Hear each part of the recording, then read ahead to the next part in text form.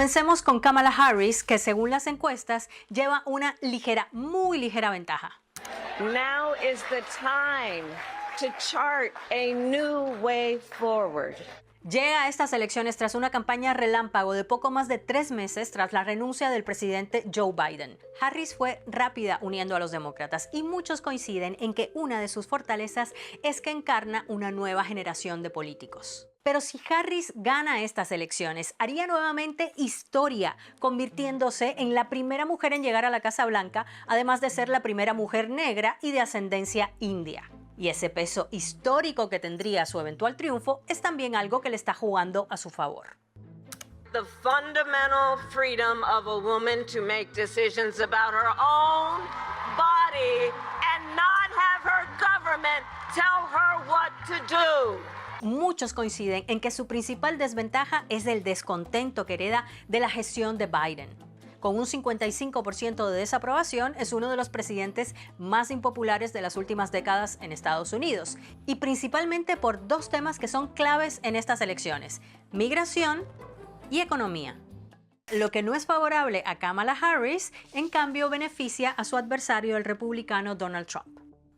4 years ago, we had no inflation. We were energy independent. We were strong as hell. Nobody was playing games with us. Nobody was threatening us. Pero ¿cómo llega Trump al 5 de noviembre? De ganar, también haría historia, pero los motivos no juegan a su favor. Si gana, se convertiría en el primer presidente electo convicto en Estados Unidos luego de haber sido declarado culpable de 34 cargos en un juicio penal por ocultar un pago a la estrella porno Stormy Daniels a cambio de su silencio. También sería el presidente de más edad en asumir el cargo, pues tendría 79 años. Pero también llega con la ventaja de conocer el trabajo al que está postulando. Durante sus 4 años de presidencia tuvo logros políticos notables como los recortes de impuestos. Con su figura poco convencional y algunas veces controversial, Trump ha logrado crear una base muy leal de votantes. En esta campaña, como durante su anterior mandato, Trump ha insistido en un discurso antiinmigrante, con la promesa, para muchos irrealizable, de deportar a 1 millón de personas. They're eating the dogs, the people that came in. They're eating the cats. They're eating the pets of the people that live there. También ha prometido reducir la inflación y se jacta de que con él la economía iba mejor. Algo que en unas elecciones en las que se está votando con el bolsillo se convierte en una de sus principales ventajas. En Estados Unidos el voto es indirecto, todo se juega en el colegio electoral, del que hay que ganar al menos 270 votos de 538. En la mayoría de los estados ya se conoce quién ganará, porque tradicionalmente votan por uno u otro partido. Así que la batalla está concentrada en 7 estados llamados péndulo o bisagra, donde hay 93 votos del colegio electoral por definirse y donde la carrera no puede estar más apretada. A Harris le apoyan más las mujeres y las minorías como negros, latinos y árabes, aunque parece que tiene menor respaldo entre estos grupos que el que tuvo Biden. A Trump, en cambio, le apoyan más los hombres, sobre todo los blancos, que son mayoría, pero lo tienen más difícil con el voto de las mujeres por sus posiciones sobre temas como el aborto, por ejemplo. En este punto, finalizada la etapa de la persuasión, tanto Harris como Trump necesitan para ganar que sus electores salgan a votar. Y es que es muy probable que estas elecciones las definan unos cuantos votos de los indecisos en estos estados clave donde se juega el futuro de Estados Unidos.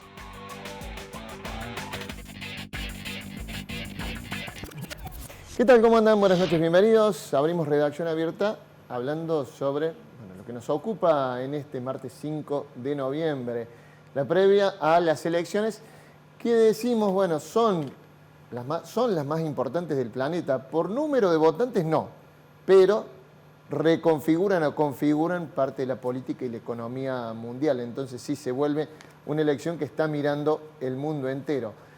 Puntualmente los argentinos también la miramos con cierta atención, un poco, diría un colega, pupocéntrica, porque no va a cambiar mucho si gana uno u otro candidato, por más que creamos o quieran creer algunos que la Argentina va a tener mejores condiciones o no. Y bueno, mirándola de afuera, con atención, queriendo saber qué puede llegar a pasar, lo invitamos, como siempre, Mariano Saraiva, que es nuestro especialista en estos temas. Mariano, gracias por venir. No, gracias, Martín. Bueno, a ver, ¿cambia algo tan grande para nosotros los argentinos? En el fondo no, me parece simbólica y políticamente sí, porque el presidente Javier Milei se ha jugado absolutamente con Donald Trump, son amigos del alma de Elon Musk y Elon Musk está jugado con Donald Trump. Entonces creo que ahí un poco será un poco verdad y un poco de la fantasía del gobierno nacional. Donald Trump podría allanar el camino para desembolsar algunos fondos en el Fondo Monetario Internacional. De todas maneras, Sí, un poco la esperanza depositada, pero la verdad, calculo que a Donald Trump le debe estar preocupando muy poco qué pasa en Argentina, ¿no? Por supuesto, además, si vamos a los bifes, Martín, tanto Kamala Harris como Donald Trump están planteando, es más, estamos cerrando ya a esta hora la jornada electoral. Hay que recordar que allá, por ejemplo, en la costa oeste hay 5 horas de diferencia. O sea que todavía son las 3, 4 de la tarde allá. Claro. Bueno, no se va a tener ningún dato esta noche, por lo menos en Argentina, y quizás mañana tampoco. Pero lo que quería decirte, ayer cerraron las campañas electorales y tanto Harris como Trump plantearon una intervención del Estado en la economía. Por ejemplo, digamos, para la visión de Milei serían unos planeros y unos comunistas, los dos. Claro. Porque hay una especie de asignación universal por hijo, que no es darle plata a las madres, a los padres, sino sacarles impuestos. Hoy es de $2.000, Donald Trump propone llevarlo a $5.000 por hijo y Kamala Harris a $6.000 por año, ¿no? Claro. Bueno, Donald Trump plantea directamente aumentar los impuestos a las importaciones entre el 10 y el 20%, si son importaciones chinas el 60%, y al mismo tiempo reducir los impuestos de las empresas que produzcan en el país. O sea, proteccionismo puro. Proteccionismo, algo que choca directamente con los ideales, por lo menos que en este momento tiene el gobierno nacional. ¿Dónde está la libertad? ¿Dónde están los libertarios? Es absolutamente lo contrario de lo que plantea Milei. Y Kamala Harris también, lo mismo, más o menos, e incluso plantea construir 3 millones de casas desde el Estado, digamos. Para Milei sería una comunista, y si vos no tenés casa, Martín, si es tu primera casa, te darían $25.000 el Estado. O sea, vos imaginate que están en las antípodas del pensamiento económico de Milei. La verdad. A ver, vamos desgranando un poquito. Recién lo veíamos en el tape introductorio, Mariano, pero todavía vuelve a sorprender esto de el candidato más votado puede no llegar a ser el presidente. Y ese sistema que no critican ni republicanos ni demócratas porque a los dos les conviene, ¿no? Sí, por lo bajo lo critican todos, sobre todo los analistas y los constitucionalistas, porque es un sistema de la Constitución de 1787, de los padres fundadores, claro. Jefferson, Madison, Washington, y es para que el pueblo no tenga poder, básicamente. En ese momento tenían miedo, terror de una reforma agraria o del fin de la esclavitud, eran todos esclavistas. Entonces, eso nunca se modificó, necesitaría una enmienda constitucional y sigue hasta ahora. Hay un colegio electoral, como teníamos nosotros antes de 1994, claro. Y ese colegio electoral tiene 538 electores, o sea que para ganar necesitas 270 electores, como decía el informe, ¿no?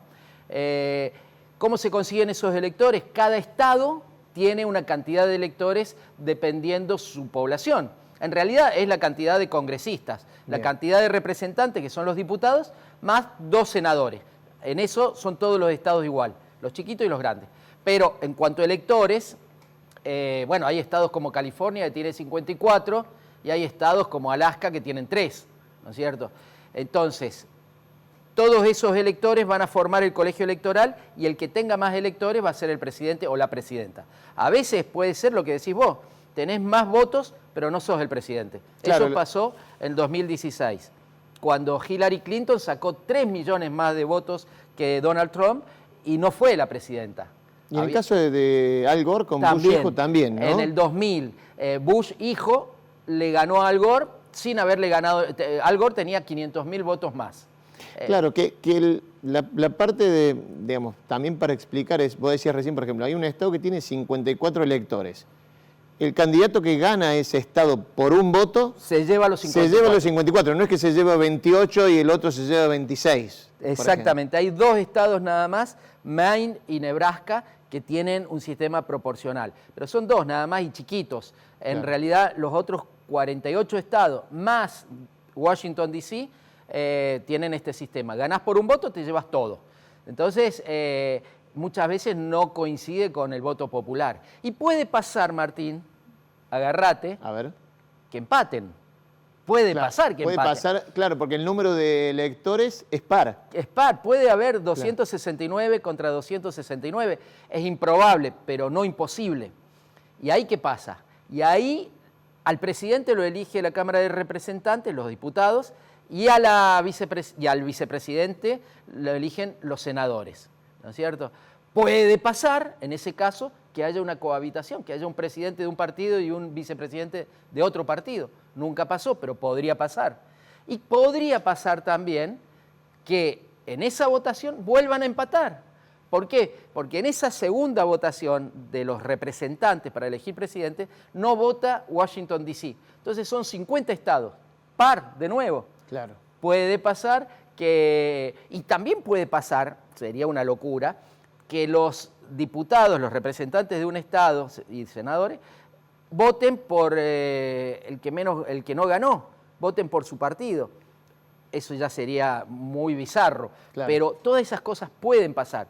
Y si vuelven a empatar, el Senado elige el vicepresidente o la vicepresidenta y él ocupa el cargo de presidente. Todas esas cosas podrían pasar. En cuanto a los discursos que giran por dentro en Estados Unidos y en cuanto a la política internacional, abríamos el programa, Mariano, diciendo, bueno, ¿cambia tanto para la Argentina o no? Y también es preguntarse si cambia tanto para, bueno, el resto del planeta donde Estados Unidos siempre interviene. Uno por ahí tiene la sensación de que aquí tenemos demonizado a un candidato y del lado demócrata es todo color de rosa, ¿no? Donde, bueno, hay una mujer que justamente podría ser la primera mujer en ocupar la presidencia. ¿Tienen lugar todos los sectores demócratas o no están así? Bueno, excelente la pregunta. A nivel interno, sabemos que Donald Trump es un fascista, es un racista, es misógino, es muy violento, hace política a los gritos y a los insultos, muy parecido a Milei.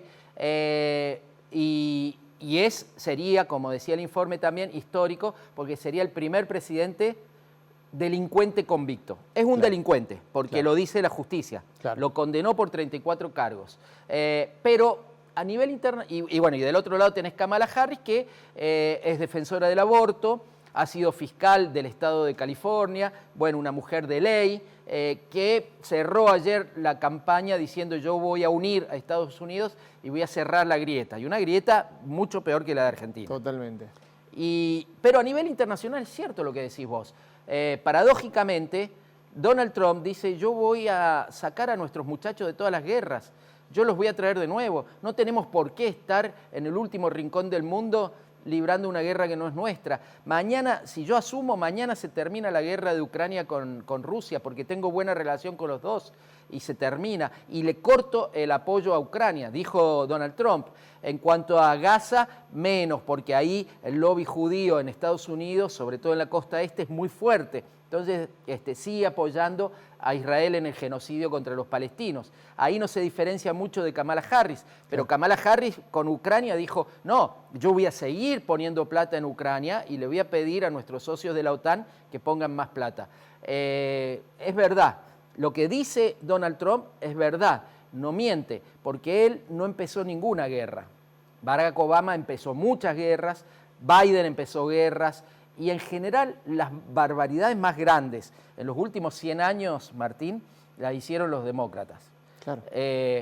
La bomba atómica la tiró Truman, que era un demócrata. La invasión de Cuba la hizo Kennedy, un demócrata. Las barbaridades que hizo Clinton en Somalia, en Haití. Libia la destruyó un demócrata, Hillary Clinton y Barack Obama. Bueno, Siria. Entonces, yo diría que para el mundo sería menos dañino Donald Trump, paradójicamente. Claro. Para Argentina sería muy dañino porque fortalecería el discurso de odio del presidente Milei. E incluso me llamaba la atención que había escuchado un colega nuestro que hablaba, por ejemplo, de los aportes de campaña, ¿no? Kamala Harris consiguió un 50% más de aportes de campaña, 1.500 millones de dólares contra, dicen, 1.000 millones de dólares que consiguió Donald Trump. Y que no son aportes de campaña que haga el estadounidense promedio, son las grandes empresas y el gran lobby poniendo plata. Sí. Quiere decir que tiene un interés atrás, ¿no? Por supuesto, sí. Bueno, y la mitad más o menos de eso, bueno, Kamala Harris 1.000 en Estados Unidos y 500 afuera, claro. Y Donald Trump 500 y 500 más o menos, claro. Es verdad. Y sí, es como decís vos, primero, el lobby en Estados Unidos es legal, aquí claro. También existe. Pero no está legalizado. La Fundación Mediterránea hace eso. Exactamente. Todo el tiempo ha hecho eso, desde la época de la dictadura cuando se formó hasta hoy, pero es ilegal. Hay mucha hipocresía en Argentina. Allá es legal y es un triángulo perverso porque, por ejemplo, las empresas constructoras ponen plata. Con esa plata muchas veces se financia el Pentágono, se financia la maquinaria de guerra, el complejo militar industrial. Destruyen un país y después le dan a esa empresa que puso la plata para que reconstruya. Así hizo Cheney, el vicepresidente de Bush, ¿no es cierto? Halliburton, y bueno, las grandes empresas de Estados Unidos. Por eso cuando alguien habla de corrupción, bueno, habría que empezar a mirar eso, que es una corrupción legalizada, peor aún. Totalmente. Me llama la atención siempre, bueno, a vos te llamará también por estas pampas la atención, y en el caso de algunos testimonios, mira, lo que van a ver no es una encuesta que tenga rigor científico ni estadístico, pero sí es un periodista latino que está en, creo, la zona de Miami, y habla con los cubanos americanos, los cubanos que votan en esa zona. Fíjate los discursos. Voté por Donald Trump. ¿Por qué? Porque teníamos la gasolina, la comida, la frontera segura y ellos destrozaron todo. Todo. La que está postulada para presidenta abrió la frontera, que han entrado millones de delincuentes, para que nosotros los mantengamos. Por eso, voto por Trump. Bueno, me parece que ella va por un camino correcto. No considero que vaya a hacer nada que no sea lo correcto. ¿Me entiende? Ya le digo, me gustaría, porque es una mujer, está muy capacitada, una persona que sabe de leyes también, y es hora que las mujeres tomen control también de mando. Las mujeres tenemos que jugar un papel importante en el país. Ya voté, ya lo hice, y lo hice por el señor Donald Trump. Me parece que es una mejor opción, definitivo. ¿Por qué? Por muchas razones, el desajuste en la frontera, la economía, hay muchas cosas que no van bien, y es mejor no seguir en lo mismo.